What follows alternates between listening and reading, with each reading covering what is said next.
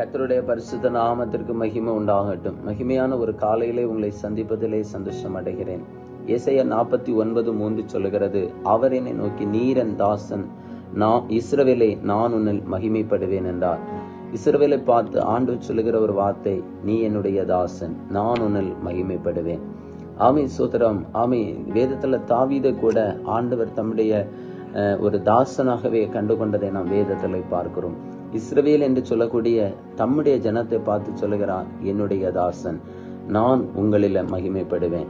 கர்த்தர் தம்முடைய பிள்ளைகள் முகாந்திரம் அவருடைய நாமம் மகிமைப்படுகிறது. ஒரு தேவ பிள்ளையுடைய வாழ்க்கையில் நடக்கிற அற்புதங்கள், தேவ பிள்ளைகளுடைய வாழ்க்கையில ஆண்டவர் செய்கிறதான தேவ கிரியைகள் எல்லாம் கர்த்தர் மகிமைப்படுகிறதற்கு ஏதுவாய் இருக்கிறது. அதனாலதான் அந்த லாசருவை 4வது நாள் உயிரோடு எழும்ப பண்ணி ஆண்டவர் தம்முடைய மகிமையை அந்த ஜனங்களுக்கு காண்பித்தார். இன்றைக்கு உங்க வாழ்க்கையிலும் ஆண்டவர் ஒரு அற்புதத்தை செய்து அவருடைய நாமம் மகிமைப்பட்டு தேசத்தின் மத்தியிலே மகிமையாய் விளங்க போகிறது.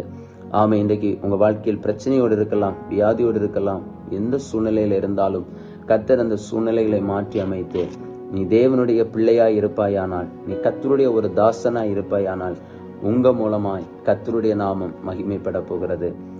இவன் செய்த பாவமோ, இவனுடைய பெற்றோர் செய்த பாவமோ என்று ஆண்டவரிடத்துல சிஷ்யர்கள் கேட்கும் பொழுது, யார் செய்த பாவம் அல்ல, என்னுடைய நாமம் மகிமைப்படுவதற்காக இவன் இப்படி பிறந்திருக்கிறான் என்று இயேசு சொன்னார். இன்றைக்கு உங்க வாழ்க்கையில் இருக்கிற பிரச்சனை நிச்சயமா மாறி கர்த்தருடைய நாமம் உங்கள் மூலமாய் மகிமைப்பட போகிறது. ஜெபிப்போமா. எங்களை அளவுக்கு அதிகமா நேசிக்கிற பரலோக பிதாவே, நல்ல வேளைக்காக நன்றி. கர்த்தர் இந்த காலையில எங்களுக்கு கொடுத்த நல்ல வசனத்திற்காக நன்றி செலுத்துகிறேன்.